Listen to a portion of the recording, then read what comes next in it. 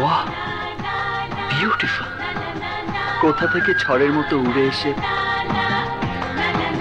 তুমি আমার সাথে জড়িয়ে গেলে রানী। এসেছো যখন, তখন এই বুকের মধ্যেই থাকো।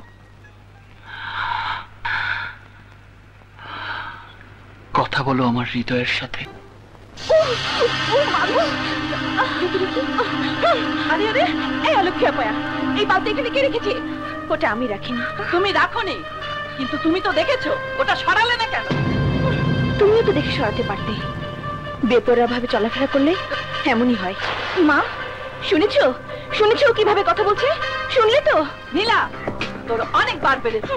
মুখে যা আসে তুই আজকাল তাই বলতে শুরু করেছিস। মা, তুমি সারাটা জীবন শুধু একতরফা ভাবে কথা বলে এসেছো। ছোট বোন তার বড় বোনকে আজে বাজে কথা বলবে, আর আমি বড় বোনের কথা বললেই তাতে দোষ। কে তোমার বোন? আমি? অসম্ভব। সৎ বোন আবার বোন হয় নাকি? কখনো না। কি নীলা আপু, তোমার সৎ মা আর সৎ বোন তোমাকে কি বলেছে? কিছু না। আরে আপা, খেলার মাঠে ব্যাট করতে নেমে যদি 50 ওভার শুধু ব্লকই করে যাও, তাহলে রান পাবে কি করে? শোনো, রান করতে হলে ছক্কা মারতে হবে, ছক্কা। আপা দেখো, তুমি যেদিন ছক্কা মারবে সেদিন এরা তোমাকে আর কিছুই বলা সাহস পাবে না। আরে খান্ডুলকার, ব্যাট হাতে আবার কাকে ছক্কা মারতে বলছিস? আর কাকে? আমার সৎ বোনকে। এখানে ওনার আপন ভাই বোন নেই তো, তাই আমি ওনার একটু আপন হতে চাইছি। মামা, তুমি ভাইয়াকে বলে দিও ও যেন সৎ বোনের জন্য বেশি চামচামি না করে। আচ্ছা ঠিক আছে, আমি বলে দেবো। তুই তো রুমে যা। যা আপা, তুমি ভেতরে।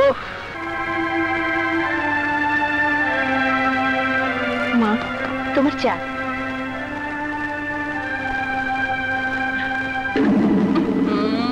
এই হতভাগী, কাপের এই অবস্থা কেন? বুয়াকে তো পরিষ্কার করে দিতে বলেছিলাম। সব কাজ কি বুয়াকে দিয়ে করাতে হবে? তুই কি করিস? হ্যাঁ বল। মা, আমি তো সব, সামনে আমার বিয়ের ফাইনাল পরীক্ষা, তাই কয়দিনের জন্য আমাকে যদি অন্য কোনো কাজ করতে না দাও, তাহলে আমি পরীক্ষার জন্য ভালোভাবে পড়াশোনা করতে পারতাম। কেন? যে রাধে সে কি চুল বাঁধে না? কাজের জন্য ওসব ফাঁকিবাজি চলবে না। শোন, দেয়া হচ্ছে না, এক্ষুনি গিয়ে গাছগুলোতে পানি দেওয়ার ব্যবস্থা কর। যা যা।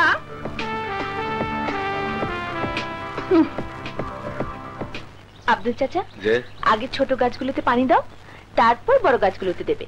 মামনি, এই মালির কাম কি আমার দিয়ে হইব?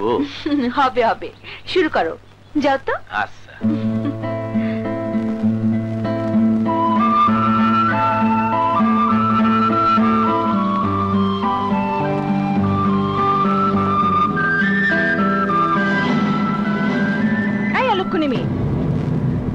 আমি একটা ভালো, আর তুমি তোমার এই অলক্ষণের চেহারাটা নিয়ে আমার সামনে পড়লে। তোমার ভালো কাজটা কি আমি জানি। কি কি জানো তুমি? যে নাম করে ক্লাবে যাবে, বাজে নেশাখোর ছেলেদের সাথে মেলামেশা করবে, এইসব যদি ভালো কাজ হয় তাহলে তাহলে সমাজে খারাপ কাজ বলতে আর কিছুই নেই। এখনো সময় আছে। ওসব ছেড়ে দিয়ে চরিত্রবান মেয়েরা কিভাবে চলাফেরা করে ওসব শিখতে চেষ্টা করো। তাহলে তুমি বলতে চাও আমি মেয়ে নই? তোমাকে মেয়ে বললে মেয়ে জাতির অপমান হবে। কি? যত বড় মুখ নয় তত বড় কথা। মলি, তুই আজ আপার গায়ে হাত তুলেছিস? তুমি জানো না ভাইয়া, ও আমাকে যা বলেছে অন্য কেউ হলে মেরেই ফেলতো। কিন্তু আজ আমার কথা শুনে রাখ, আর যদি কোনোদিন আপার গায়ে হাত তুলিস তাহলে তোর হাত দুটি আমি ভেঙে ফেলবো। অন্যদিন কেন? যদি সাহস থাকে তাহলে এসো, এখনই হাতটা ভেঙে দেখাও। দেখাচ্ছি। বিজু, বিজু তুই থাম ভাই, তুই থাম। না আপা, ওর এসব আমার আর সহ্য হয় না। আজ আমি ওকে এমন শিক্ষা দেব যেন বড়দের সাথে এমন অসভ্য আচরণ না করে। সেই শিক্ষাই আজ আমি ওকে দেব। বিজু, না ভাই না, তুই আমার জন্য এই বাড়িতে কোনো বিবাদ করিস না। কেন কেন করব না? তুই আমার হয়ে আজ যাই করবি, শেষ পর্যন্ত তার শাস্তি আমাকেই ভোগ করতে হবে। আপা, কেন তুমি সারাটা জীবন এভাবে অন্যায় অত্যাচার সহ্য করে আসছো? কেন তুমি বুঝতে পারছো না এ বাড়িতে তোমার আমার মলের সমান অধিকার? আমার মায়ের শরীর থেকে তোমার জন্ম হয়নি, তাতে কি হয়েছে? কিন্তু তোমার আমার মলের শরীরে তো একই পিতার একই রক্ত বইছে। আমি জানি। তাহলে বলো, কেন তুমি তোমার সব অধিকার থেকে নিজেকে বঞ্চিত করে রেখেছো? কেন তুমি তোমার প্রতি অন্যায় অত্যাচারের প্রতিবাদ করো না? কেন আপা, বলো কেন আপা? প্রতিবাদ করি না শুধুমাত্র বাবার কথা ভেবে। বাবা তোমাকে অন্যায়ের প্রতিবাদ করতে নিষেধ করেছে? না রে বোকা, তা কেন করবে?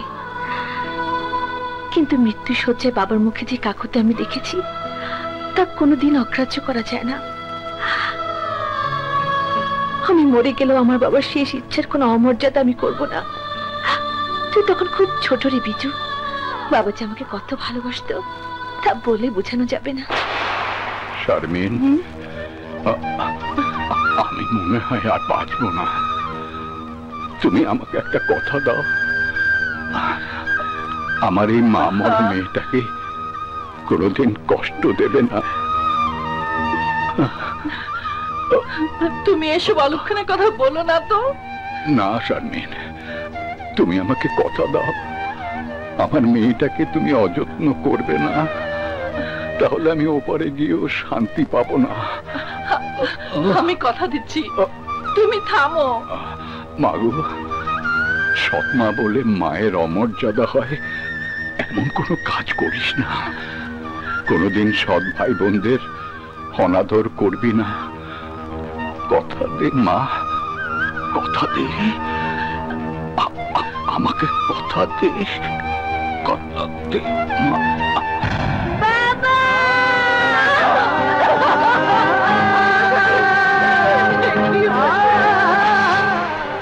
আর তখন থেকে বাবার সেই অনুরোধ রক্ষা করে দিনের পর দিন মায়ের অত্যাচার সহ্য করে আসছো।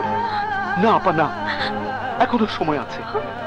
তুমি নিজেকে নিজের জন্য সামলে নাও, নইলে তোমার কপালে দুঃখ আছে, অনেক দুঃখ।